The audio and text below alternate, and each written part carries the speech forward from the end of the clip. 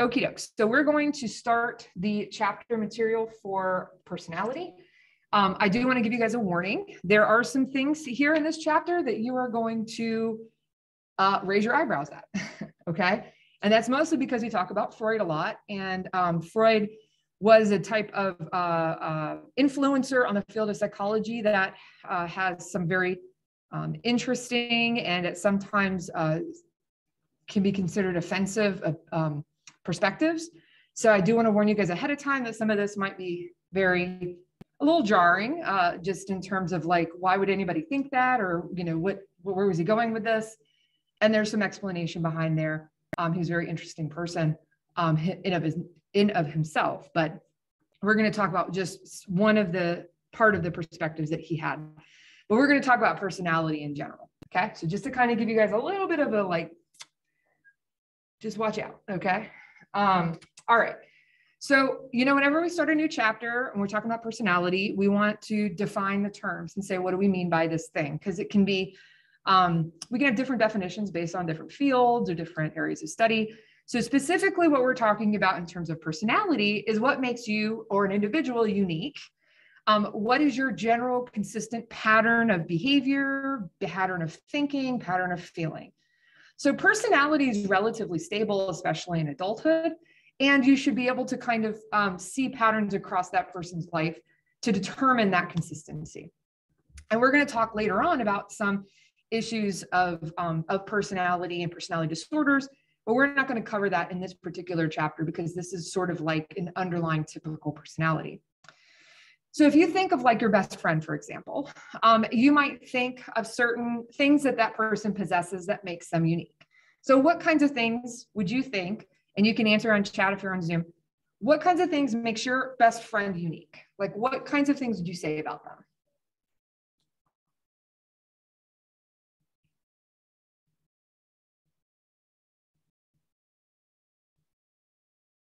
It could be good or bad. Okay, so I have on chat sense of humor, always energetic. What else you guys think? Those are great. Keep them coming. Like I said, they can be positive or negative, or they can be good or bad. Attitude. Okay, sometimes attitude is a good thing, right? So they have a good attitude about things, and sometimes they have an attitude, which can mean, you know, probably not positive. Resources, witty, absolutely great things. Let's get a couple here. Your best friend's a Marine. So we're going to call that a personality. I can imagine what goes along with that. Okay. Very resourceful, probably, right? Okay. Oh, resourceful. Somebody said on here on chat, resourceful. Really good. Okay. Let's do one other one. What do you guys think? What makes your best friend somebody that you like? Understanding. Okay. Maybe empathetic, right? So what do we call these things? If I list out all these things that a person is empathetic, or they're funny, they're witty, they're resourceful, like what do we call those things? Traits, right? They're personality traits. These are little things that make, and another one on here is intelligence. These are all traits that make up a person. And they're unique in the sense that we can have two people who are very similar, but on certain planes, they can be very different as well. And you can also take identical twins. Anybody here know identical twins or have siblings who are an identical twin? Are those people identical in terms of personality? Oh, no. Okay. A lot of times you find that identical twins in of themselves can be basically opposites of each other, and they do everything that they can to not be like each other. Right. So, you know, we know that there are some genetic underlyings of personality, but obviously it's not completely genetic, because we can have people who have identical DNA, and they are very different people, right? Same thing if you look at clones. A lot of people don't understand about clones. So if you make a clone of a person, let's say, I'm not saying it's ethical or anything, but let's just say in some world you say, hey, oh, I like this person over here. Let's just make a genetic, like identical person just like them. There's no guarantee that clone is going to act like that person, because it's basically like an identical twin born at a different time. You know, so there are a lot of things that make up what personality is. And personality theory is all about how we describe how people are similar, how they're different, and why each person is unique in of themselves. We can only have so many traits, right? And those combinations are what makes people who they are. But not all theories rely on just traits alone. So we're going to talk about some of these theories and how they kind of work together and how some of them are very different. The first thing that we're going to talk about is psychoanalytic perspective when looking at the personality theory. So remember, psychoanalysis is a perspective all in of itself. It's an area, it's a field. And so this is the psychoanalytic perspective when it comes to personality. We're going to also talk about humanistic, social cognitive, and trait perspective. Trait perspective is going to sound the most relatable to you because this is often how we talk about personality in us, that it's made up of a bunch of traits. But we're going to specifically talk about psychoanalytic perspective today. So with the psychoanalytic approach, okay, this is a very, it's a unique approach. It's one that looks at specifically unconscious motivation, okay? It's looking at what your unconscious mind says, what your desires are, what you feel like that you probably can't even talk about. And so you might say, well, how did one understand the unconscious mind if you're not even conscious about it? And we're going to tell you how. And you really need a person who's trained in psychoanalysis to be able to understand all of the little symbols and metaphors that are going on in your unconscious mind. And we'll talk about that here in a minute. Now, another thing that psychoanalytic psychologists really believe is that personality and behavior is an interaction of the interplay of specific psychological forces. And these forces are always conflicting with each other. And so sometimes things are good and sometimes things are bad, and sometimes things are kind of, it's like a death and a life force kind of hitting heads together. And we're going to, again, talk about how they interact with each other and how personality is derived from that, as well as our behaviors. And so there are three forces, main forces. So we're going to talk about sort of the death force and the life force, but we're talking specifically about three forces that work sometimes together and sometimes against each other, that work on three levels of awareness, okay? Or different levels of awareness, shall I say. And I'll show you a graphic that'll make this a little bit easier to understand. So we have the conscious, the preconscious, and the unconscious. These are the three levels of awareness that our consciousness sort of operates on. And then we have three parts of ourselves, the id, ego, and superego, that operates on different levels of awareness, okay? So we have three levels of awareness, which is the conscious, which you can actually talk about and which you can see and what you can feel and experience. The preconscious, which is sort of waiting in the wings and they're almost there and ready to come into the consciousness. And then the unconscious, which is kind of buried deep down underneath and one that's very difficult to read into in your own self. And so has anybody here seen a picture of a glacier or an iceberg? Okay. What does it mean to say, oh, that's just the tip of the iceberg? What does that phrase mean? Because there's so much underneath that you can't see. Yes, there's so much more underneath that iceberg than you can see, because generally speaking, if you can see the top of the iceberg, that means it's just kind of come up a little bit. Everything else is being covered by water.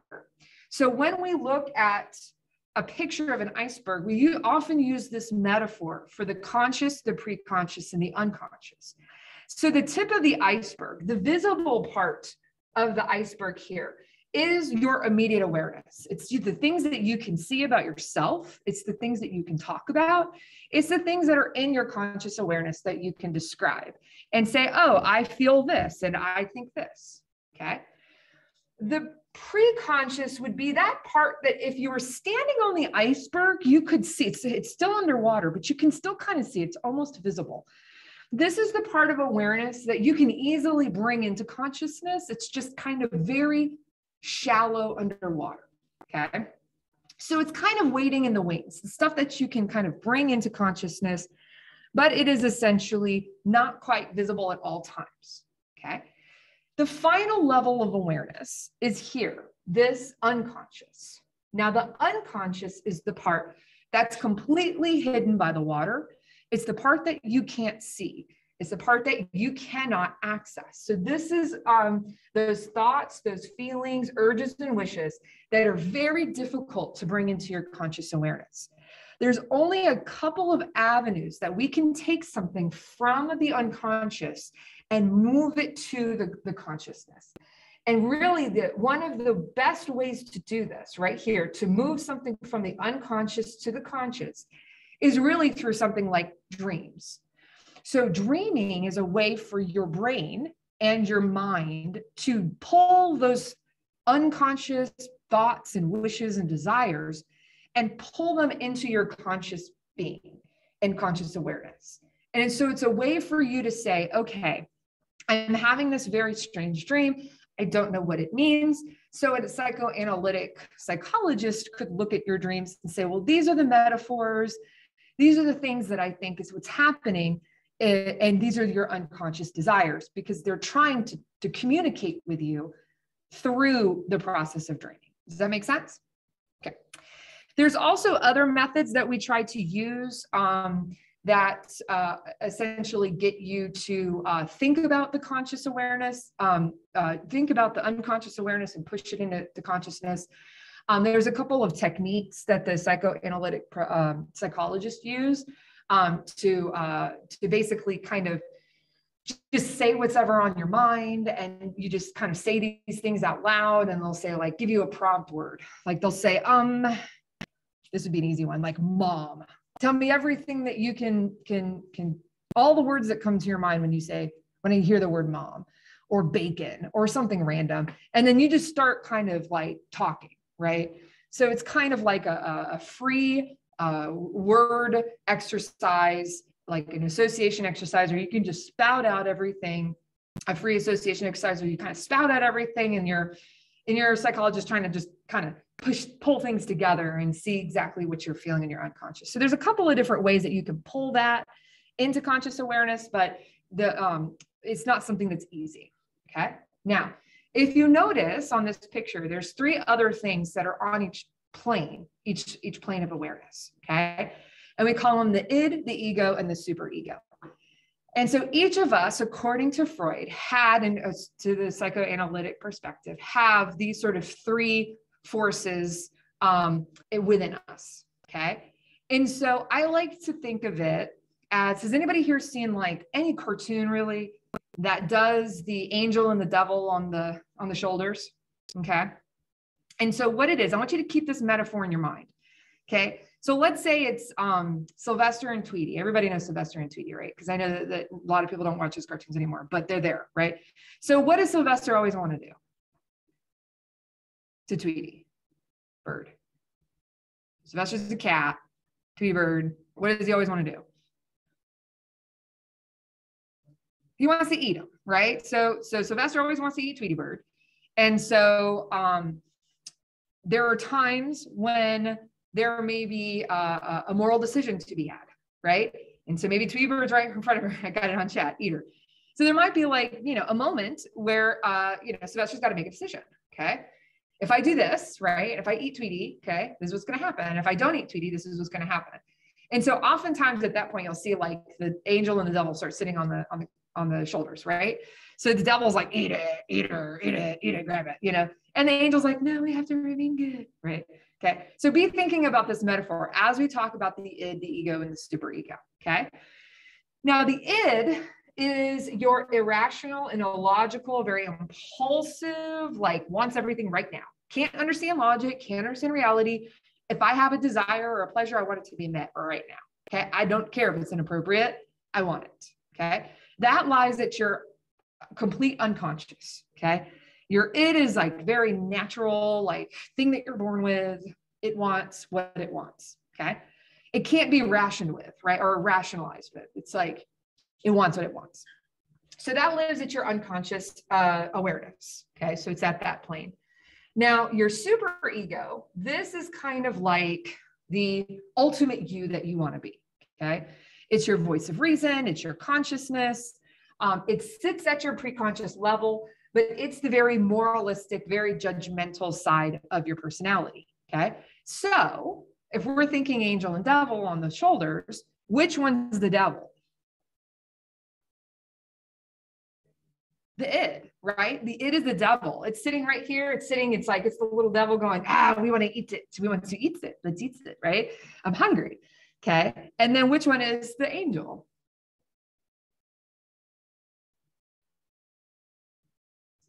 The superego. Okay. The superego right here is like, no, we must remain good. And I don't care if you're hungry. That's not the right thing to do, right? That's the superego. Now, who's in between those? The angel and the devil. It's you, right? You're the one that's got to make the decision.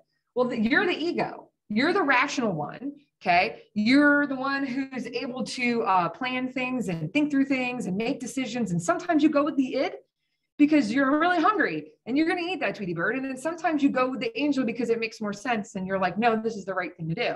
So the deciding factor, the one who's conscious is the ego, is you. You're the one that has to make that conscious decision. So you live on the conscious plane, okay? So the ego lives on the conscious plane. Does anybody have any questions so far? Does everybody kind of see how this goes? And then we're going to go through each one a little bit more detail so you can see how they are broken up. But we have these three forces, the id, ego, superego, on three levels of awareness: the unconscious, preconscious, and conscious. So knowing kind of where they're at and why is probably just good in general for this chapter. So let's talk about the id, okay? So remember, the id is kind of like the little devil sitting on your shoulder. The id is your instinct. It's your instinctual drive that you have from birth. It doesn't understand reality. It doesn't understand fantasy. It wants what it wants right now. And it doesn't care if it's irrational. It doesn't care if it's inappropriate, okay? And it operates according to something that Freud called the pleasure principle. So the pleasure principle is essentially it's a very basic human motive where you just want to, if there's tension, you want to relieve it. If you want to do something that avoids pain and avoids hurt, you're going to want to do it immediately, okay? So this is the guiding principle of the id, is this pleasure principle. So let's say that you are a person who has a neighbor, and that neighbor is married, and your id, the desire, is to have sex with that neighbor. Let's just say, okay? Well, if it was just left up to the id, it doesn't matter that the person is married or that the person is not attracted to you or whatever. The id would say, no, there is a tension and there is a desire, and I operate by the pleasure principle. So therefore, let's go have sex with him, okay? Or him or them or whatever, okay? So the id does not operate on logic. It doesn't matter if it's inappropriate. The id would say, well, let's just have sex with her in the front lawn. That seems reasonable. That's the quickest way to meet my desires, okay? And so the id doesn't operate by logic. It doesn't think about like what's appropriate or what's not, okay? It operates also, the energy that it gets are from two separate sources, okay? So these are the life and death instincts. Now, Freud actually didn't really name these. He wrote about these kind of ideas, but this was kind of a later psychoanalytic thing where we kind of like place names on it. And so it's the life and death instinct. So this would be Eros is the life and Thanatos being the death. So Eros comes from self-preservation. This is where you see like your sex drive, your libido, sexual energy. It's all of the emotion and sexuality that comes with creating life. The opposing force is Thanatos, which is the death instinct. So this would be like your aggression, your destruction, self-destructive behaviors. And all of us have engaged in self-destructive behaviors at some point in our lives. And usually it's due to some kind of frustration. And we know we're doing something, we're walking into something, and we're going to get hurt, whether physically, mentally, emotionally, but we do it anyway. The explanation would be, well, that's your id with a desire, and it is essentially, it's imbalanced, okay? So again, I told you guys, so I warned you. So here's an example. And so if you don't like it, I apologize. This is the best example that I could think of to understand the conflict and imbalance between these conflicting sources. So let's say that you have been feeling a way that you would like to engage in sexual activity. And this particular feeling that you have has been going on for a little while, and you have not released this tension. Okay, let's just put it that way. Okay, whether that's self-release or release with another person. Okay, so in other words, you're horny and you have not taken care of yourself. Okay, so this would be the life instinct kind of being like, hey, there's a problem. Okay, there's a desire that's to be met. Well, have any of you ever had a day where you just constantly hurt yourself on accident? Like you stub your toe, you catch your finger in the door, you smack your head, and it's like that all day. It just feels like you have just had one of those days. You're just like, oh my God, what is wrong with me, right? I warned y'all. So this would be an explanation that Freud would say, for example, you're hurting yourself intentionally, even though it feels unintentional, because you have this underlying desire, maybe a horniness that has not been relieved. A lot of what Freud said would come back to some kind of desire centering around sex, and usually something very phallic and penis related. That was a big thing. Okay. So that would be an example of the two in conflict, the life and death instinct in conflict. You have one desire to be met, so you're punishing yourself because you're not meeting it. Does that make sense? Y'all are like, no. But does that make sense enough to understand the concepts together? Okay. I warned y'all, it's going to get more. It's going to get worse. That's just a little tip of the iceberg. You know what I'm saying? Okay. Are we good? All right. Any questions about the id? All right. Let's move on to the superego. So where the devil comes, here comes the angel. This is our superego. We start to see the superego developing around, I'm kidding, very laugh faces. Thank you for breaking the tension there. I'm getting laugh faces on track. I'm fine with that. I'm good. I'm good. If you can't laugh, you can't do anything. Okay, so the superego develops around 5 or 6 years old. This is like that voice of our mom and our dad in our head, right? This is the parental voice. It's partly conscious, so it lives in that sort of pre-conscious state. And it's that voice in your head when you know you're about to do something, you probably shouldn't do it. And it's like, don't do that. And it might, as you're younger, you might actually hear the sound of your parents' voice in your head. This is what we call the conscience. And I call it the conscience because it's not the conscious, like awareness. It's your conscience. It's like the voice in your head. Does that make sense? Everybody understand the difference between those two words? Okay. So this is your conscience here. Okay. It's that little voice inside your head saying, do or don't do that. And this is really, once it becomes a point where you start stopping yourself from doing something, or at least listening to the voice in your head, at that point, you've internalized the rules. So you've internalized your parents' expectations and society's expectations into something that you are following because now it's a part of your conscious, okay? This is also where we experience guilt when we praise ourselves as well as we admonish ourselves and say, oh, I'm so stupid, I shouldn't have done that. That's where this comes from, is the superego. Okay. So like, let's go back to that example where there's the neighbor that you fancy and you look at the neighbor and you say, I definitely can't do that because that is wrong on many levels, morally, as well as I can't go and have sex with that person on the lawn because I'd get arrested and that society frowns upon that.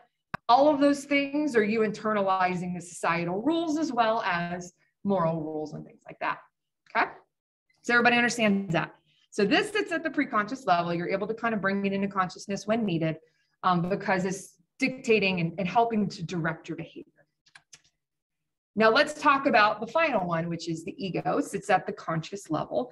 This is the most rational component of your id, ego, superego. Remember, your id, it doesn't understand logic. It doesn't understand reality. It wants what it wants and it doesn't understand why it's not getting it. Your ego is the decision maker. It's the one that plans ahead and thinks about it. And it develops out of the id in infancy, but it is something that has to have a foundation, it has to be built on. You are not born with the ability, right, at first to be able to make these, logical decisions. It's sort of born out of your id, but it's that rational component that you use, and it's in your complete consciousness to control your behaviors. It understands reality and logic, And sometimes it has to appease the two sides, right? So it's in the most in touch with the external world, and it knows, okay, what I can and can't do. So let's just say you have a tension that needs to be released, and you're like, wow, I feel a certain way right now. Your ego would be the one saying, we can release this tension, but just not here and now, okay? And so it understands the point of delayed gratification. So it says, you know what? When we get back to our room, we'll take care of that. But now in class, not a good idea, okay? So your ego is the one making those decisions. And it's the mediator, right? So it's telling the id, okay, I understand you want to do this. And the super ego, I understand you don't want to do this, but we are going to make this decision and please one side or the other, or both, depending on what it is, okay? So like I said, it operates on the reality principle because it understands the external world, it understands expectations, it's working as the mediator, and it's able to understand that it's okay to not fulfill these needs right now. I know that I can fulfill them later. It's the same basic idea as like you're hungry, right? Well, you're not going to drop everything and go get something to eat. Oh, there's only 15 minutes left in class. I'll wait till 15 minutes is over and then I'll get up and I'll satisfy that desire. Okay. We also see that the ego does repression. So it does repress these desires. The idea is that it represses them to the point where that it can gratify them later. So it engages in that delayed gratification when a desire can't be met in an acceptable manner at that time. However, as many of you are probably aware, repression over time is a bad thing. And so when you're bottling things up and pushing them down, they do have a tendency to kind of go out of control.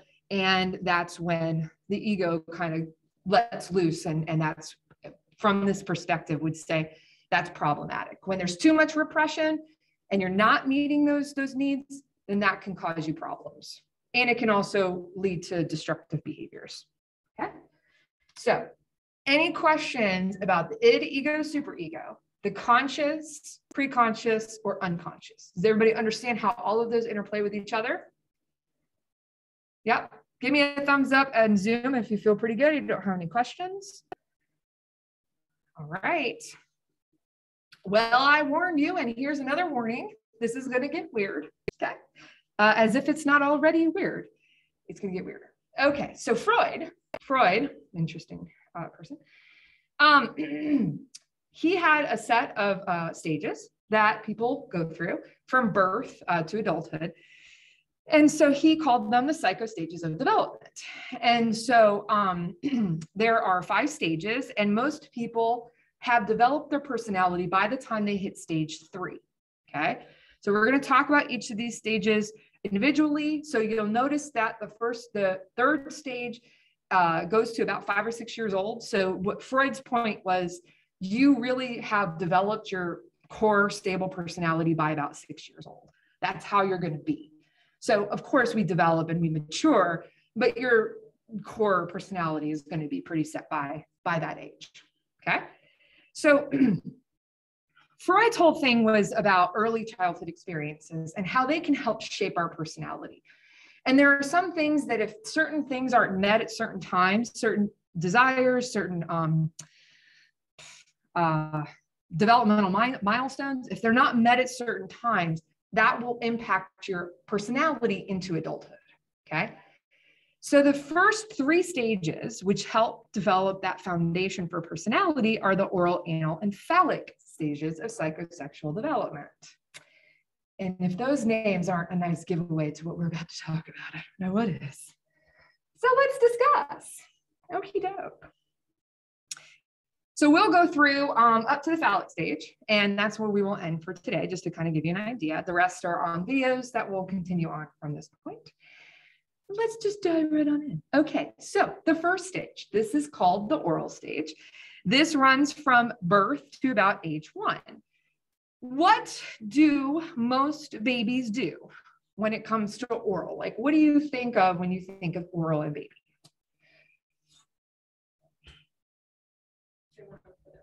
Suck on things. Suck on things, put everything in their mouth. Absolutely. Very good.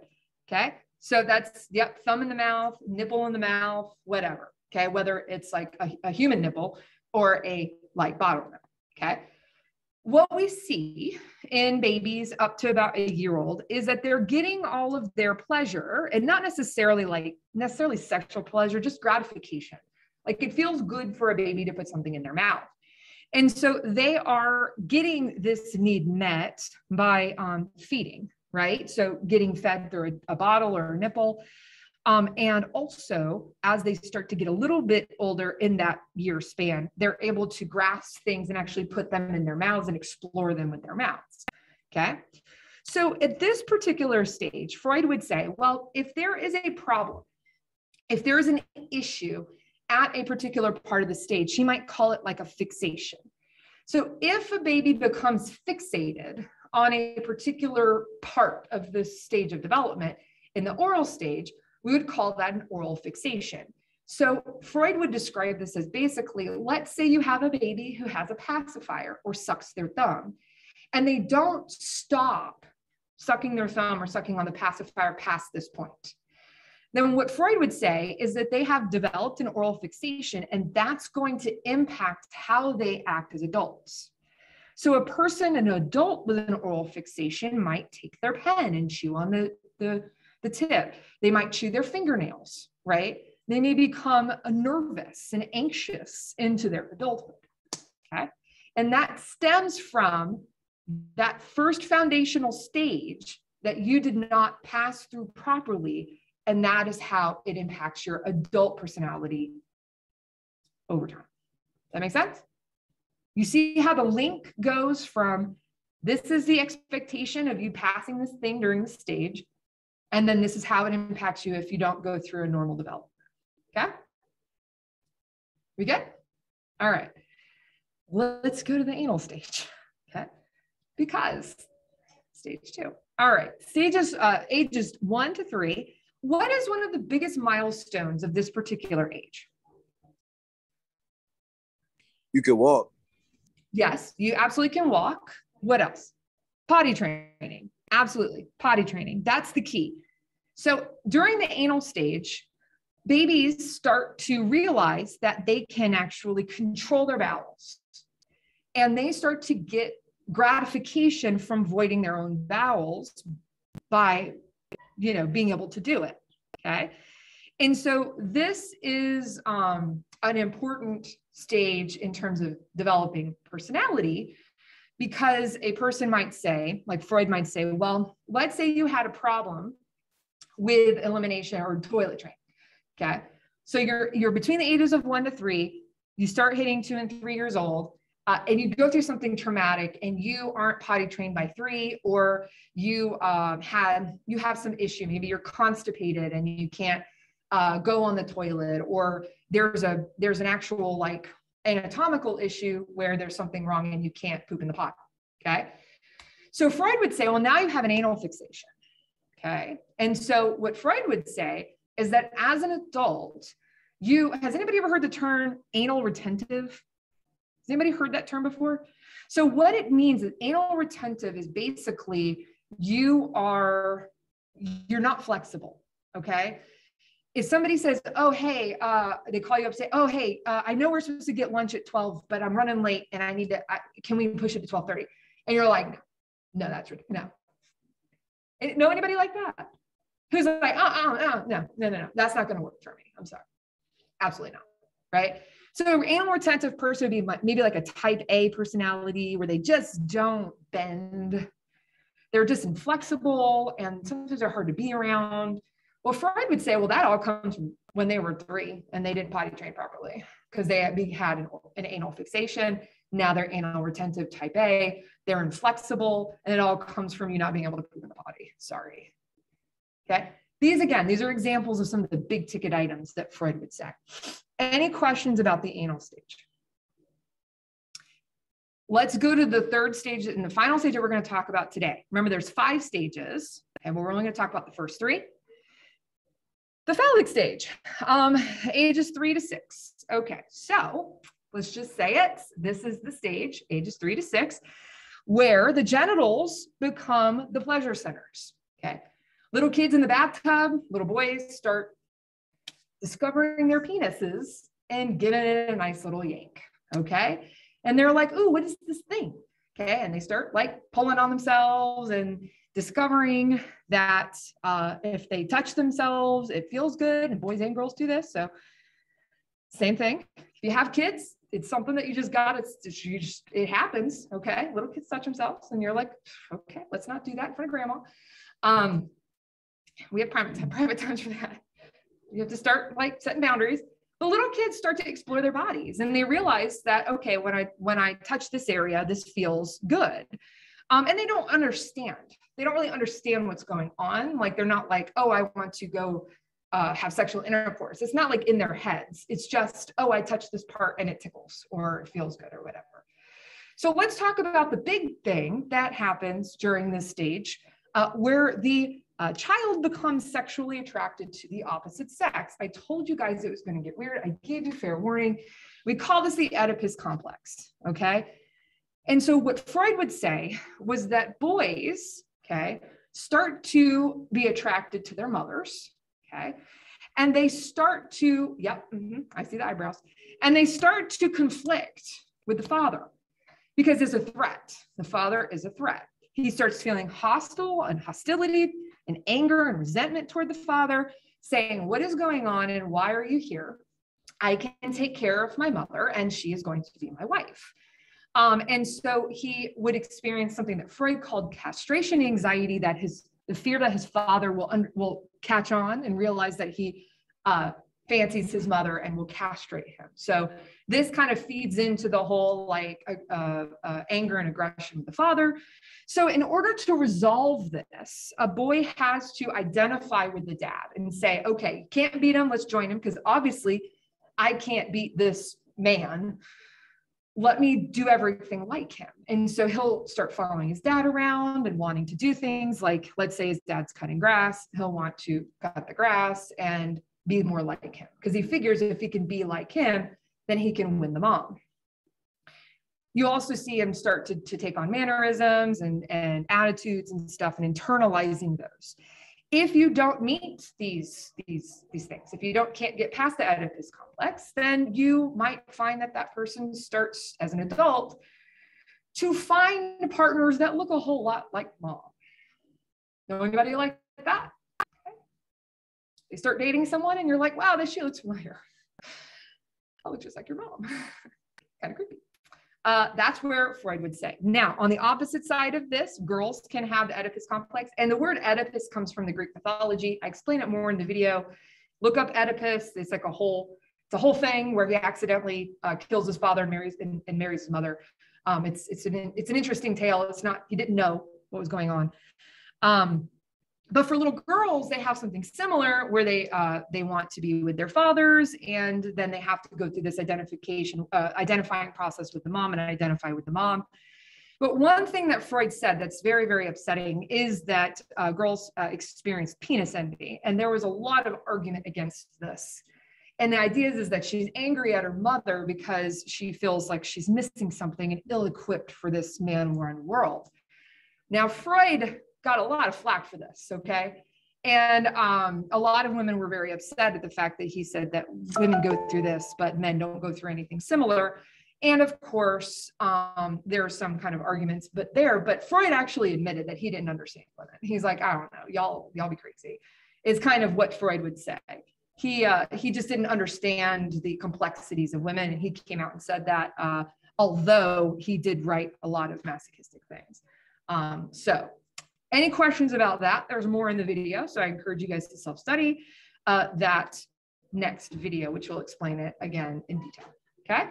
Any questions at home? Are we good? So next class will be self-study, and I will see you next week.